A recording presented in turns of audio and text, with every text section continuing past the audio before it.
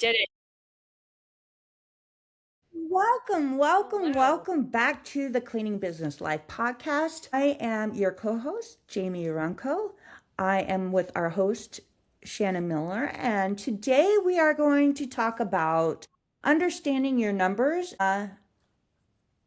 and pricing math basics. I think we're doing kind of like a segment on this. If you listen back to the past couple of podcasts, they should go kind of in order. It's Yeah, all about we're all pricing. about pricing. Yes, Hammering we it are. home. And it's that time of year, you guys. Right now, we're in spring. I don't know when this will be put out to you guys, but you'll still be in the busy season.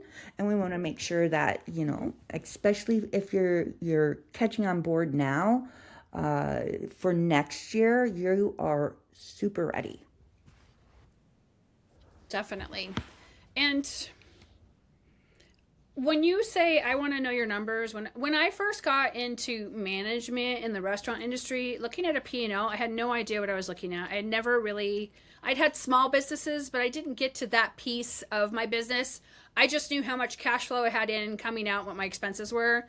Uh, I learned how to read a P&L at TG and I Fridays, which is like sub-existent. I think there's only like 12 of them open anymore, when at one point there Oh was like yeah, yeah. 300 of them. I'm going to say And before I worked with you, I didn't even know what a P&L was. right. So people talk about their numbers. It's intimidating because you don't know, you're grasping on the wall to try to figure out what numbers are important, what numbers are not important. What does this number over here mean? And pricing comes down to knowing your numbers, and it's just one piece of that P&L. So if you're not pricing, and I've mentioned this before, you could bankrupt yourself if you're not pricing accordingly. If you're giving away too many free cleanings, if you're giving away too many discounts, if you're doing all these things, it can be detrimental to your P&L. When I worked for TGI Fridays, the big thing was the Jack Daniel's ribs. Well, they would put these mailers in, and I worked at the Long Beach location and the Cerritos location, and then I worked at a couple other locations. They would have those $5 mailers, and every single table, hundreds of people would come in to get the $5 discount off of it. And then you would see how much it would actually take out, because we had the POP, which was the marketing. Then we had the discount itself, which actually, when you're discounting $5, you're not really discounting $5. It's usually two to three Yep. times that amount, if not more, that you're discounting, because there's cost to put the ad out, there's print, there is the mailer, there was all of these attributes that the person who created the ad, way easier now to do than when I was in the restaurant industry. But there's a lot of dynamics of learning how to read your P&L and being comfortable with it. So you don't want to get stuck. You're just not good at your numbers, and this is something that you can learn. I still, to this day, I look at stuff, I'm like, what is that? And 16 years in, and it's some random thing, it's some new random thing that's like, oh, well, this is this. I'm like, well, I've never seen that before. Right. Right? And it's just some weird KPI that was like it's like the new thing. So don't be intimidated when your math doesn't make sense. Just try to get one system down at a time. Your pricing, the three biggies are your pricing, your customer funnel, and your cleaning tech funnel. Those are the biggies. Everything else can kind of work itself through the kinks. And you don't have to be right all the time, but when you start to track your pricing, you'll start to notice where you're bleeding out money versus not bleeding out money. Or I made $1,000 off of this one. Right. Woohoo, right? But $1,000 isn't the same as getting a client that's biweekly, where you're making $300 a pop off of them for each visit. So there's that Love that math, math. right? Right. So what people think a lot of times is, I'll just go with my gut. I'll fly by the seat of my pants. And what's actually happened is they're undercharging without realizing it. And it's not until you look at your P&L, your profit and loss, that you start to go, Yeah. Well, and I'll tell you guys, oh. I'm very transparent with everybody. I do know how to read it minimal, at least the minimum part, but I had to. We were growing at such a fast paced rate. I needed to hire another coach specifically for my Financial financial end of it. and start deep diving more than just learning my P&Ls, but learning habits and but I'm going to be transparent. I needed to hire somebody to help me understand that, because it was just, I needed to say, hey, before we get any further, let's tweak this up, tighten the bolts a little, because I know it's coming. I know growth is coming, and it's painful. You guys know that it It can be is. painful, because I've never been this high on the ladder before. This is my first time going through this threshold of being having this much money, and I don't know. It's Yeah. new for So, everyone. and I do that so that I can also come on here and better talk about it with you guys, and so that we all understand it a lot better. Right. And there's no crime in not knowing Yeah. what a P&L is or how to read it, but at least look at your reports. If you're not doing your books yourself and someone else is handing you a report, have them part of their Yep. service to you should be that they explain all of the nuances of the P&L or the specific report, like the Yep. customer summary report or whatever report you fancy that you want, um, so that you kind of start to understand where the bulk of your money going. I mean, a lot of us, the number one cost is the employee piece, and it should be. These are the ones generating the income, the cleaning Absolutely. techs anyway. So that's just, these are just things to think about, and there is no right or wrong. Just start to take steps to make yourself aware, so you're not shooting yourself in the foot going, how come I'm still not making any money? Because I've been there. I've been like, I'm working all these crazy hours, I got all these helpers, how come I'm not making any money? It was because my pricing, I wasn't charging enough. I didn't understand the dynamics. I just copied the model that I Right. came from. And I was like, woohoo, here I am, right? And that wasn't the case when I really added in what it cost me. I was like, I'm giving away cleaning. Yep. And So it it did. It happened to happens. me too. So yeah, it's happened to the best of us. I am in there looking between the two of them at least once or twice a week. I know some people can go down to once a month. There's not that, but I need to really keep track, and I got homework that I have to do for my coach to make sure that I am understanding completely all of this, and yeah, and to make more profit, right? Right, because that's the goal, is to be an absentee owner, and that we can talk about that. Oh We're yeah, gonna have a whole yeah, segment one time on absolutely. So yeah, ownership. Do you want to make sure that you're not getting stuck in the trap and that you're not being fully booked and then you're still broke? Because it's happened to all of us. Just be aware that it could happen. And the busy schedule, full days, and thinking everything was working, and then actually looking at the numbers and realizing you're off. So it wasn't until someone printed it out, said, "This is what it is." And I was like, yeah, "Are you sure? yeah. I was. Wait, what? This all looks good to me. It's bananas and bananas, Yeah, right?" no, same. So yeah, you don't wanna work on long hours without enough profit and the realization moment. And I used to, and this was years ago, I used to have a 24-hour guarantee. And what that guarantee was is we would come back and reclean, and I still gave you a refund. Not a good business decision ever. I shake my head. I guess I was just overcompensating and giving way too much customer service. And then certain people would learn that, hey, I could complain and Shannon would give me a full refund and I would get my house cleaned fantastic, right? And then that stopped. And then it just became, and then now it is what it is. We don't offer refunds. We only Yep. come back and reclean. And if you argue with me, we're not even going to come back and reclean. You're Yeah. just gonna take it, and that's just I don't want. I'm not debating. You know what I mean? There's too many other things going on for sure. Not that it's not important. Customer service. We've groomed our society to expect something for free. I look at the Airbnb Facebook pages and how awful it is on both sides of it. It scares the crap out of me because there are people who will stay and then they get all freaked out over, like, there's a fly in the house, I want a full refund. You're Yeah. like, what? We're in the jungle. Of course there's going to be I see. flies. Or they're in a beach house. There's sand in the house. I want a full refund, even though they stayed there for 5 years, 5 days. 5 days, Yeah. not 5 years. But these expectations become unrealistic. So we've coddled and burped and diapered all of these customers to go, oh, you owe me, and they've never had a business. They don't understand how much all of that cost. So you should not give a refund. Every once in a while, I still have to do it because I'm Yeah. just done. And when I lose my temper, I have to actually be by Yeah, myself. It takes a lot for me to go, and I have to reflect on how I got in the position I'm in and why I'm doing what I'm doing and why I had to give a refund. And then, sometimes I have to have yeah, a glass of scotch, sometimes I yeah, don't. It just depends yeah, I know.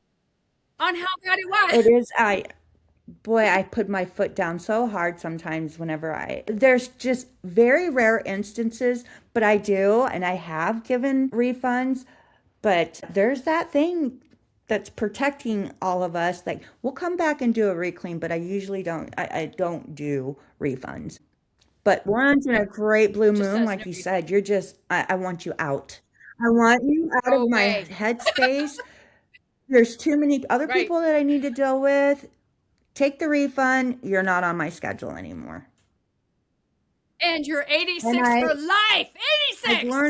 I learned from Shannon to program that because they can call from different numbers. I have it Right. 86 for life.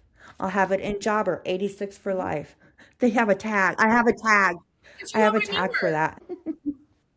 Right. Because you won't remember, and they'll call 3 years later, and you're like, this sounds familiar. And then after you take all their information, you take them back on, you're It's like, oh my God, you. it was It's that. you. Yeah.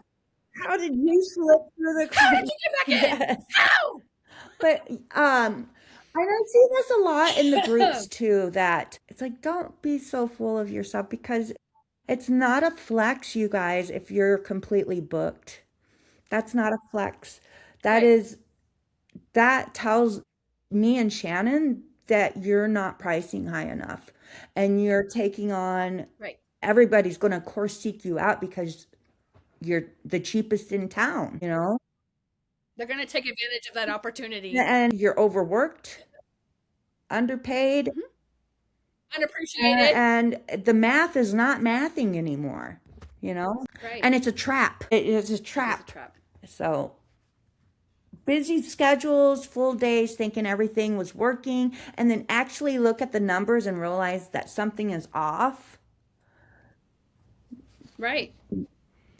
And, if you weren't charging based on math, sometimes people are charging based on what people would pay. And there's a lot of mindset work here. There's a couple of people, I actually have a free course on my website. I can't remember, Manifest Anything You Want. That came out with a collaboration over competition. It was an extra bonus that I gave away for that talk on The Zen mates. Maid, the Maid Summit. And there is some mindset working that you have to do. So if you're not comfortable charging those dollars, sit there and analyze. There's some exercises for you to do. It's basic 101 on what that mindset is and why you feel the way it is. Start to kind of work through why you're uncomfortable charging $150 or $175. And I hear it all the time, and Jamie hears it too. I live in a small Really do. town and no one will pay those prices. I'm like, I live in a small town. Jamie lives in a smaller town than me. She gets more Well, money than me. it's like I'm gotten done trying to explain it to some people, and they're new coming in. I'm sure a lot of you have seen me around in or Shannon in the groups, and it's like, why can't you get those prices? I would have said that. I said the same thing. I said the same thing. I was like, I remember whenever I was charging $25 an hour, and I hired Shannon as my coach, and she was like, "What?" I remember switching over from hourly pricing to flat rates. Yeah, I should have had a glass of wine that night or something because I was so nervous. And the people that value you and like, they will pay your prices. We're in the most highest taxed state. I think I think New York is Massachusetts right is above you. another one. Right, right. They're not for us small businesses here. So you have to charge accordingly. This is what we need in order to make this company run. And I still have people that have switched over from that hourly rate over to the flat rates now, but they know the value of this. Like I've said this a million times in other podcasts, this is the cheapest therapy that your client can get. And it's huge. It is. It's huge. It's them walking into a clean home, it does Self-care. something for them mentally. And if they value that and you do a good job, you got it. You got it. So that's not, we're not, I know I went off on a tangent there, but it kind of does come back to pricing a little bit. So, what are the different systems that we do? What are there's hourly targets, there's time per job, there's core concept, cost versus price. What are those, Shannon? An hourly target. So, and this gets way more involved than what this podcast is going to be. And this is what we're talking in the Pricing Accelerator that's happening later this month. But it's the hourly target. What's the hourly, not mine, not Jamie's, what's your hourly target there's a break even point and there's a profit point. So those will be the two numbers. There's actually a third number. I can't remember what it is because we're doing this on the fly. So you need to know what your time is worth. And some people don't feel comfortable and will only continually charge $90 an hour, and that's totally okay. We just don't want to see you in the group going, I can't make any money because I live in a small town. I don't want to hear it. You'll see me get on my soapbox every now and again. Right. Exactly. And if you want $50 an hour, then that's going to be your baseline. Right now, and I've mentioned this, I believe, I don't remember which podcast we were talking about, but the national average right now is like $67.50 an hour per person. Can you go to a customer and say, I'm going to be charging you $67.50 an hour per person? No, they're going to have a fit. And they're going to say all kinds of things to you. So you just eliminate it and learn how to bid at a flat rate price with a range so that you understand the math. And that's what your hourly target. And then when you get more sophisticated and you've been doing this a couple years, you can start to pull certain KPIs, or maybe you have a piece of software or a sheet that adds all of those calculations in. That's not me, by the way. I'd have to pay someone to do it. I could do it by hand. Yeah. But you'd have to have a spreadsheet made for you if you don't know how to do it. And that's totally okay, because I'm one of those people. And then that will tell you what your targets are. So if it's $50 an hour, you need to know, it'll tell you how many clients you have and what the other price point is. It'll tell you because it's all calculated with math. The time per job, how long does the job actually take?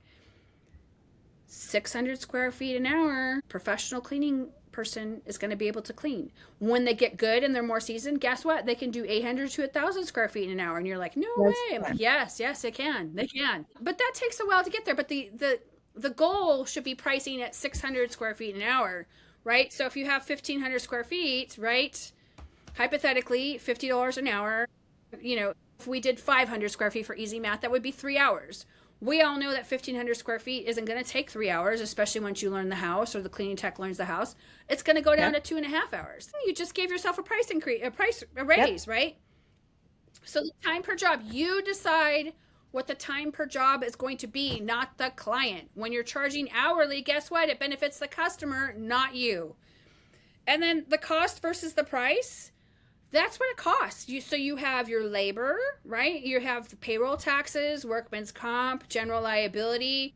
All of those add into the combo of what that costs, right? That's what we call it often wholesale pricing, right? That's when you're doing secret shoppers, they're paying wholesale pricing and they have to sign an agreement. They won't tell anybody that they're getting wholesale pricing, and they have to be nice and they have to give you reviews and there's all that stuff that goes along with it.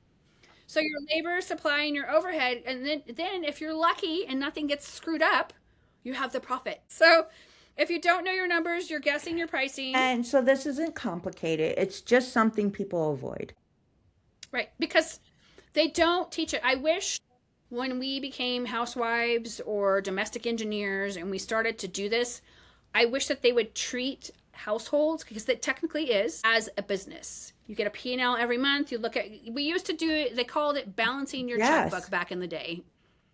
But now I think that your home and your expenses should be put in a P&L so you can see, this is my mortgage payment. This is what I paid in interest on my mortgage payment. This is what my property taxes are. And then because technically we're already business owners, we're running our homes, right? This is a concept to think that you're transitioning from being an hourly employee somewhere. However, you're already a business owner because you're a domestic engineer. That's what I used to tell people I was. What are you doing? I'm a domestic engineer. Oh, how long did you Yeah, do that? About I 15 years. love it. Very much money. Oh, yeah, I made tons of Yes, money, I right? love that. So I love I that. think that your Yes, household be me on a too. P&L so you can see where your expenses are. Oh my gosh, that REI credit card, we shouldn't have gone on that hike. I shouldn't have bought those new hiking boots, right? We gotta chuck that down. Oh my God, it's 29% interest. It will tell you because it'll break it down for you. We don't do that because it's not taught in school. I wish it I love was. that. And again, like I said at the beginning of this show, I hired somebody that does make me those spreadsheets, does do, because I needed that. I needed to separate. I was having trouble separating the personal and understanding what was for personal and what I could use for business. Commingled. So it's like trying to do brain surgery Happens. for me. But I wanted, it's also like almost like a trade. I feel like I'm almost paying for college or a trade or something that I can use for the rest of my life. This isn't just for this, but it's also my business. Yeah, avoiding it, what's costing them money. You don't have a pricing problem, you have a math problem. And that Mm-hmm. is totally me. That was me. Um, It can be. it was me. Like I said, I needed some help. And whenever I need help, I know now the value of hiring a coach and a mentor. And it don't just have to be for just cleaning or, obviously I'm using somebody for financial because to me, whenever it all comes down to it, I know how to get the clients because guess what? I hired a coach to help me teach me that. Yeah, I know the value of hiring coaches and what they can do for you because I did in the beginning have a I math think problem. always an opportunity to have a coach. We're notorious, our industry's notorious for DIYing it. I get it. But you get to a point where you want to fast track things. If you don't want to DIY it, I recommend picking someone who resonates with you, someone who's honest and has integrity, and go with that person. And don't make it like for a forever thing, right? You don't want to have it's like having the same counselor, right? You can't have the same counselor for 10 years. You need to have a different But person because they have a different perspective on different whatever's eyes on going it. on. Yeah. Right. But we both budget every year for it's a line item in my budget for coaching, whatever that is that we decide for that year. I'm on a different coaching plan than Jamie is because I have coaches myself, and that's helped fast track me to do a lot of things that I would have still been trying to figure Right. out if I didn't get the help. I mean, because you need someone who has experience. People are like, well, there's, and this I is off know. topic. The people are like, well, you can go to there's the SBA and you can get a mentor and blah blah blah. There is a mentor program through there, which is great. But mentors typically aren't charging. You're not going to get the juicy bits. You want the juicy bits of what they have learned with the real life experience. And the most frustrating thing I found when you went to the SBA is they had never really been in business for I themselves don't know. and they didn't have any skin Yeah. in the game. Right. Right. And we have them here. That's just been my experience. I could No, be wrong. I agree. I do. I agree.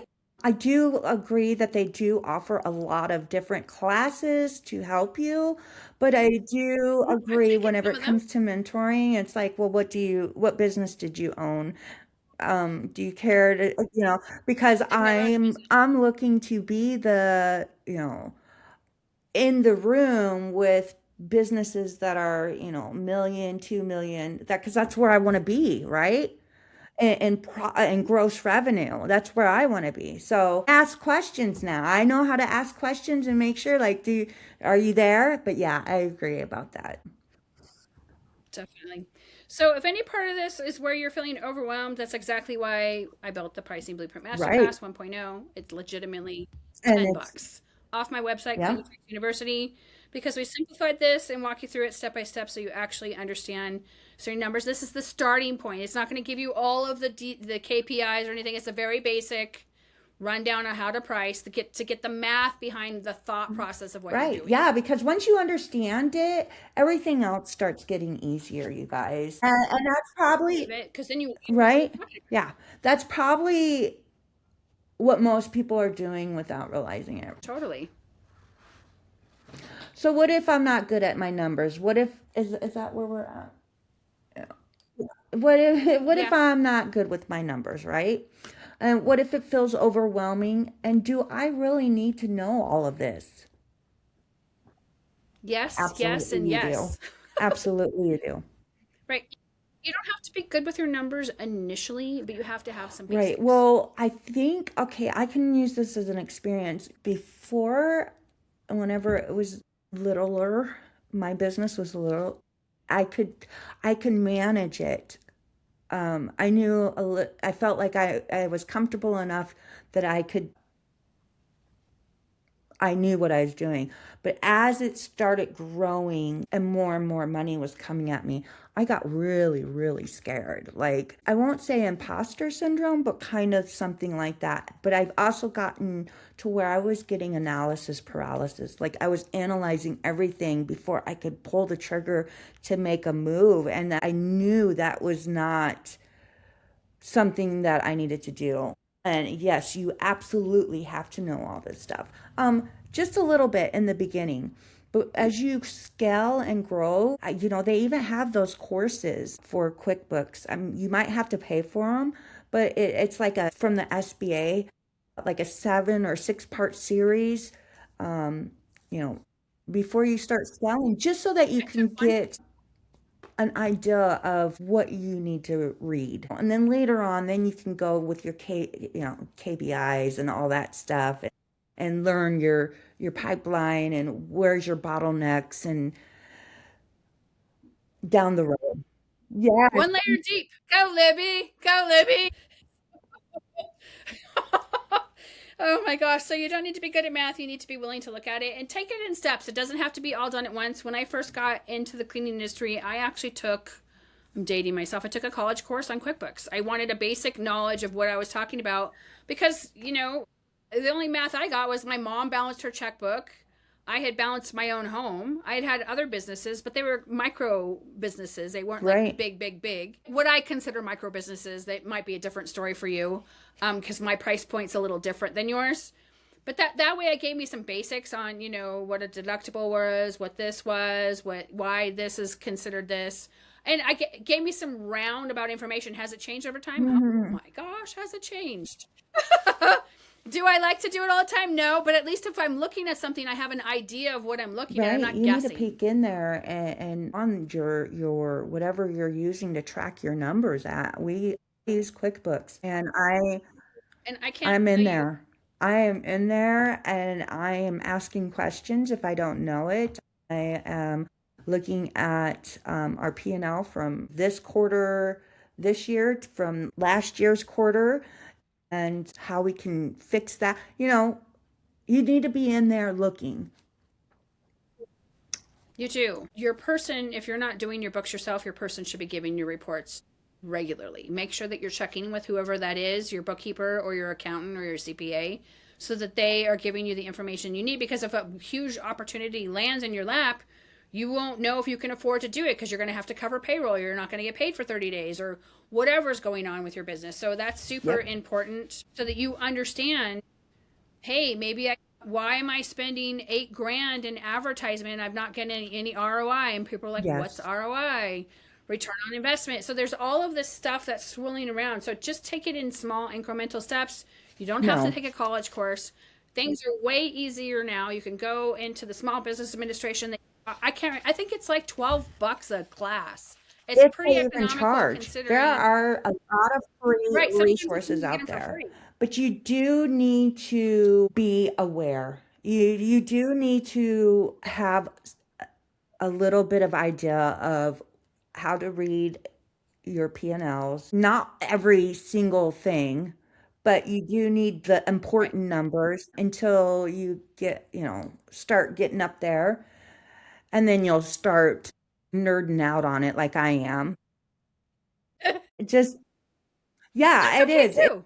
It's I'm trying to make it to $1 million. I ain't trying to collapse over whenever I get there, neither. I'm like, I'm not, and I think that's a lot of people's, or 100,000. I remember my first year, I thought Shannon was absolutely insane saying that I could make 100,000 my first year, and I surpassed that. And it blew me away. And I was like, what? So, yeah, just get in there and peek around. Again, we use QuickBooks. That's a common one. And it does all the work for you. You just put in your numbers or your invoices, and then it kind of starts spitting it out for you. And what's great about QuickBooks is if you have it for years, like we have, you can start seeing The patterns. Like patterns. we'll take I know March is one of our slowest months of the year. So is I believe it's either September or August. I can't remember. I think it's September. Like the kids are back in school and people are, I think it's September. But those are our two slowest months of the year. And Not for very much longer, yeah, but just for just for now. now. So yeah, So go you ahead. have to be like the business owners. Like I talk to a lot of business owners and I'm like, so what'd you gross last year? And 50%. 50% of the people I talk to don't have an idea, not even a random idea of how much And money they that's pulled just, in last well, year I feel or the like year before. also a lot of new people their nose is to the ground just trying to Right. survive maybe. And Hmm. I think something clicks inside of your head like I think I want to give it a go at this and see if I can't scale it. And then that's whenever it's like, oh, I should have been tracking my numbers all along, and you're trying to do a catch up. So That I happens see too. it a lot too. They don't even know what do you mean numbers? And it's like, um, yeah, what'd you make last year? And they don't know. That is something I believe that I have always done. But again, I've talked to people where they don't know neither too. So, but I knew instantly I wanted to go big. I'm dramatic anyway, so everything has to be over the top. Like I want to be the biggest. So yeah, even just tracking. Yeah, go ahead. So let's keep this simple and here's what to do next. You're going to decide your hourly target. If it's $50 an hour, start off there. It's easier for math. 50 is really easy to break down. Track how long your jobs are actually taking and put this in a sheet, an Excel sheet, pages or a number sheet or Google Doc sheet. I can't remember what it's called over there on Google Docs, but you'll know what I'm talking about. And compare what you're charging versus your time spent, and you'll start to see a pattern and adjust pricing where needed. And we talked a lot about price increases last year. If you come across a house and you're ready and you're full, I would give them your legacy clients a bump just to kind of make sure that because then if you're spending more time than what you initially had anticipated spending in the house, it's already underpriced and then you're bleeding out money. You can never scale that house. Someone else can't go and fill it in because guess what, they're not going to clean as fast as you clean. They're not going to do the same job as you because they're stressed out because you are pushing them too hard and you cut it short, right? And then you don't need to emphasize you don't need to you don't need to have perfect No. numbers, but you just need to start having awareness of what those numbers are. So as Jamie gave the example, 50% of the people I talk to don't know their numbers, and it's because they are 9 times out of 10 they're out doing the grind still, and they just are exhausted and they don't have the time to get those numbers in there. So that's when you decide that that might be the first person that you hire is a bookkeeper Yeah, or an that's a good accountant. idea. Yeah. So even just tracking for a week just help Would you. help. That'll just get you started. Just try and track it for 1 week and then see what happens. Absolutely. That alone will open your eyes. If you take anything from this episode, stop guessing your Mhm. pricing. Stop. Just stop. Start understanding your numbers because clarity creates confidence. You never know when you're going to get that big fat contract. And we did. We just did. It's We had a true. government reach out to us like, yay. And once you understand it, everything starts to feel a little more in control. Whenever you're growing, it's just and you're learning all this, it so feels so overwhelming and a lot of pressure. And Mhm. it's growth. It's growth. Mhm. I literally had to have somebody tell me that congratulations, quit. Why Jamie does not need to stress. I just got a Loom video over that, and it's because I know I'm growing, and it's like, well, I have at least a 1 day freak out day a month, once at least. Like, oh my gosh, I can't do this. But I'm aware. She doesn't. Not anymore. Gosh, well, yeah, you're up there though. You're up there. So yeah, So your business should be built on numbers and not emotions. Remember, you always hear me saying every time I make an emotional decision, I end up eating a lot of money. Just remember that. And when you understand your numbers, you stop reacting and you can start leading because then you'll know. You'll be a little more aware. It doesn't have to be perfect. You just have to have a general awareness about it because it's important to know where you yeah. sit. Yeah, so if this episode helped you, make sure you're subscribed so that you don't miss out on the next one. Like, share, comment, leave some comments down. Maybe we should do a Q&A on some of the comments that we get one time or something. We'd love to hear how much you love the show.